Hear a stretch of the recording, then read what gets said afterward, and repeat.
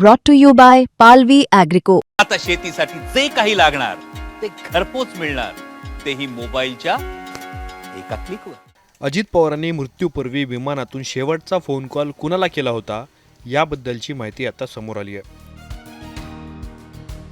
अजितदादांची अखेरची call recording social मीडियावर प्रचंड व्हायरल होते, ज्यामध्ये अजितदादांनी त्यांचे पुतणे श्रीजित पवार यांच्यासोबत संवाद साधल्याचा दावा केला जातोय.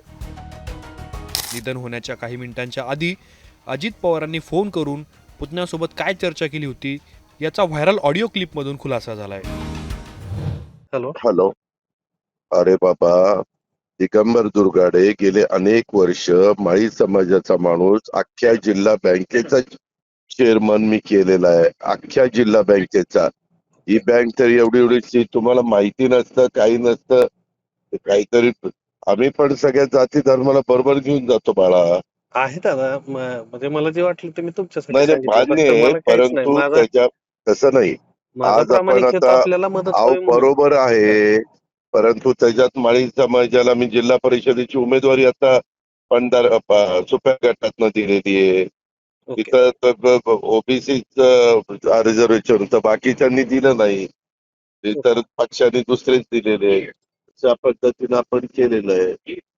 ओके, चालेल दादा. तुम्हाला जो योग्य वाटतोय तो निर्णय अंतिम झाला. ठीक आहे, ओके. थँक्यू. हो. हॅलो. हॅलो.